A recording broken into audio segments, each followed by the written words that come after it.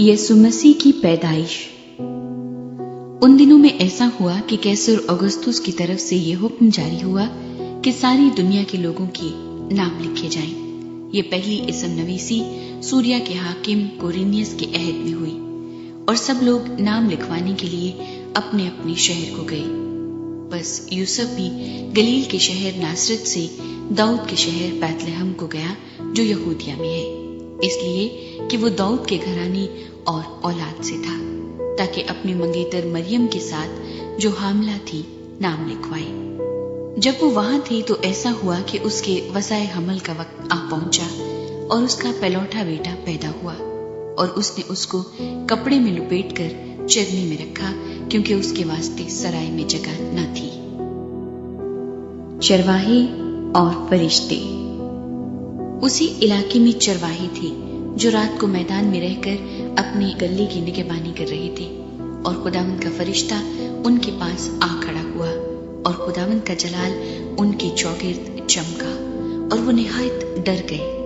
मगर फरिश्ते ने उनसे कहा, डरो मत, क्योंकि देखो मैं तुम्हें बड़ी खुशी की बशारत देता हूँ जो सारी उम्मत के वास्ते होगी, कि आज दाऊद के शहर में तुम्हारे लिए एक मुनज्जी पैदा हुआ है, यानी मसीह खुदावंद।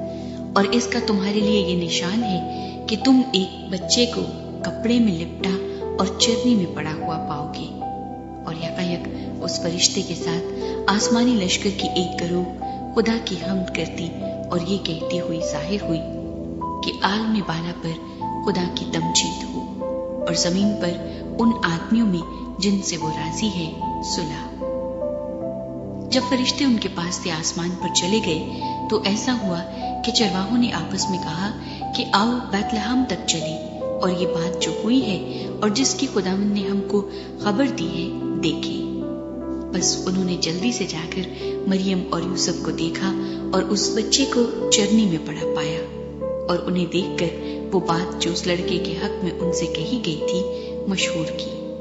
और सब सुनने वालों ने इन बातों पर जो चरवाहों ने उनसे कही ताज्जुब किया, मगर मरियम इन सब बातों को अपने दिल में रखकर गौर करती रही, और चरवाहे जैसा उनसे कहा गया था वैसा ही सब कुछ सुनकर और देखकर खुदा की तमजीद और हम्द करते हुए लौट गए। यीशु का नाम रखा जाना।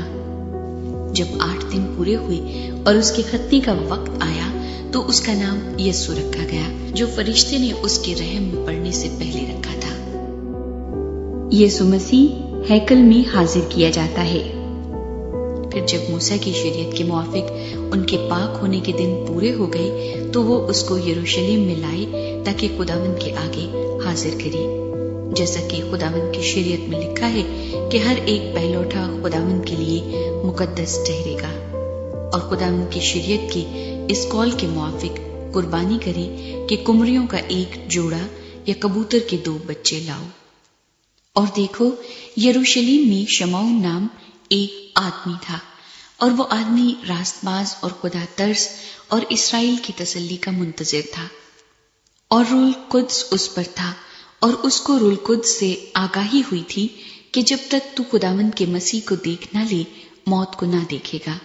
वो रूह की हिदायत से हैकल में आया, और जिस वक्त माँ बाप उस लड़के यीशु को अंदर लाए ताकि उसके लिए शरीयत के दस्तूर पर अमल करे, तो उसने उसे अपनी गोद में लिया और खुदा की हम्द करके कहा कि ऐ मालिक, अब तू अपनी खादिम को अपनी कौल के मुआफिक सलामती से रुखसत करता है, क्योंकि मेरी आंखों ने तेरी निजात देख ली है, जो तूने सब उम्मतों के रूबरू तैयार की है, ताकि गैर कौमों को रोशनी देने वाला नूर और तेरी उम्मत इस्राएल का जलाल बने। और उसका बाप और उसकी माँ इन बातों पर जो उसके हक में कही जाती थी ताज्जुब करते थे, और शमौन ने उनके लिए दुआए खैर की और उसकी माँ मरियम से कहा, देख, ये इस्राएल में बहुतों के गिरने और उठने के लिए और ऐसा निशान होने के लिए मुकर्रर हुआ है जिसकी मुखालिफत की जाएगी, बल्कि खुद तेरी जान भी तलवार से छिद जाएगी, ताकि बहुत लोगों के दिलों के ख्याल खुल जाए। और आशिर के कबीले में से हन्ना नाम फनुएल की बेटी एक नबिया थी। वो बहुत उम्र रसीदा थी اور اس نے اپنے کنوارپن کے بعد 7 برس ایک شوہر کے ساتھ گزارے تھے۔ وہ 84 برس سے بیوہ تھی اور ہیکل سے جدا نہ ہوتی تھی، بلکہ رات دن روزوں اور دعاؤں کے ساتھ عبادت کیا کرتی تھی۔ اور وہ اسی گھڑی وہاں آ کر خدا کا شکر کرنے لگی اور ان سب سے جو یروشلم کے چھٹکارے کے منتظر تھے اس کی بابت باتیں کرنے لگی۔ ناصرت کو واپسی۔ اور جب وہ خداوند کی شریعت کے مطابق سب کچھ کر چکے تو گلیل میں اپنے شہر ناصرت کو پھر گئے، اور وہ لڑکا بڑھتا اور قوت پاتا گیا اور حکمت سے معمور ہوتا گیا، اور خدا کا فضل اس پر تھا۔ بچپن میں یسوع مسیح کا ہیکل میں جانا۔